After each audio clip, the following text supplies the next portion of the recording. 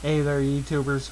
Figure I'd do the review on the this Excalibur, or otherwise known as Grenade, or the E1. This is the variable voltage version. From what I've been doing, from my use so far, I have found out that the numbers on this bottom are way off. Not only that, I've had another issue with it, and that is when the battery dies and it's supposed to shut off. It'll sit there and flash a couple. I think it's 3 to 5 flashes. I can't remember now. And it'll do this after it flashes.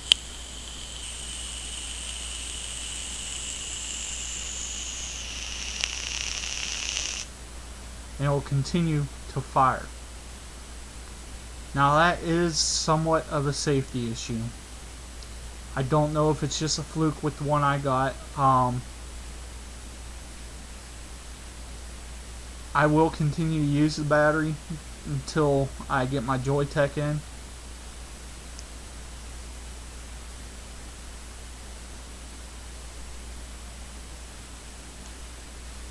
I think I got this thing too hot.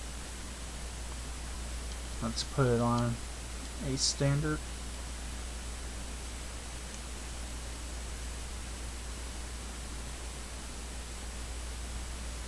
Nope.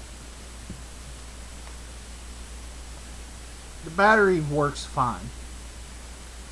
I can't find the sweet spot with my super shorties on it to get the good flavor and everything out of them, like the devices they're on. It's kind of hard to find the sweet spot, even though I can adjust the voltage. The only thing that I like on it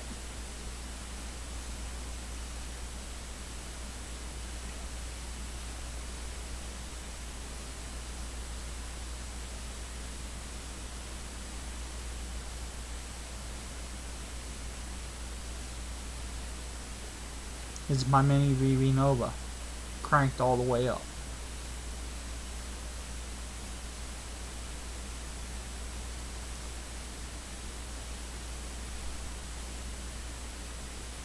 This thing is awesome with this setup. But due to the issues, I don't think I'm going to really use it a lot. I'm going to have it as a backup variable voltage device,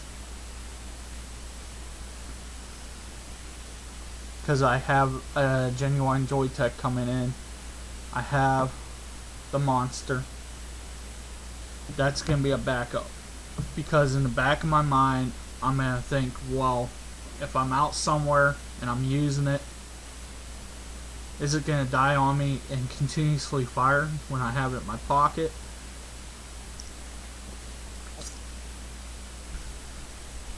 Now, when the cardo ain't on it or nothing, I don't care if it dies.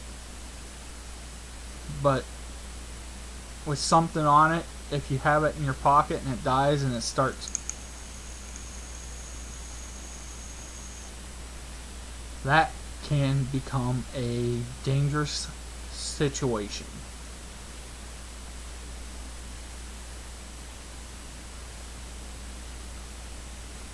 I like the battery. I like the features. I just don't like the problem in it. I may have gotten a fluke battery, and I may be the only one having this problem, but there might be others out there having it that don't have the capabilities of putting up a video and don't understand why it's happening or how. But I would like to get a hold of the manufacturer that manufactures these. I know it can't be too far from the Joytech factory. It may even be made in the same factory. Who knows? I know a lot of the parts between this and the Joytech are identical, because the first one I got that was DOA, I tore apart.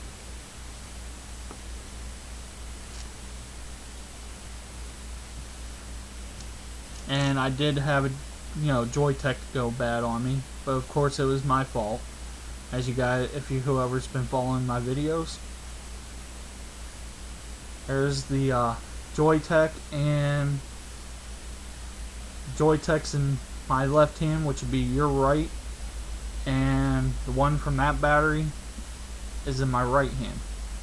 They use the exact same potentiometers, the exact same potentiometer holder.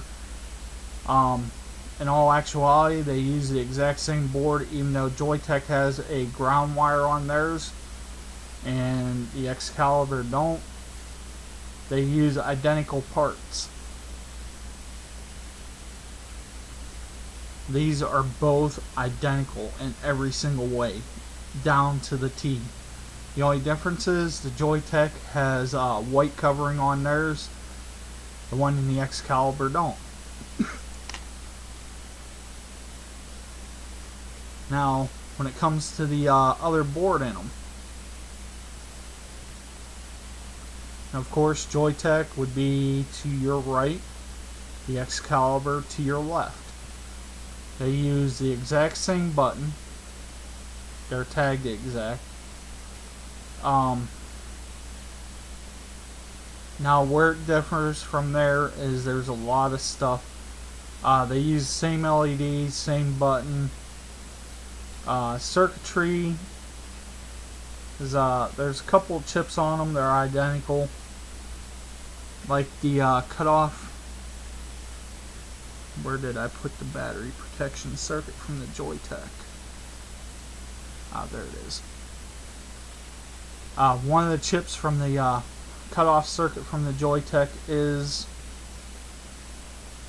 right there, the exact same chip set. That one right there is the actual, supposedly be the battery cutoff, while Joytech has an extra chip in there. I think that's not the full cutoff, and I think that's why when it gets down and dies, it continuously fires, pushing the button or not. Joytech has a lot more circuits in theirs. I feel safer with the Joytech because I know it will shut off. This one here, I really don't feel too safe with, but I know of the problem and know if I'm using it.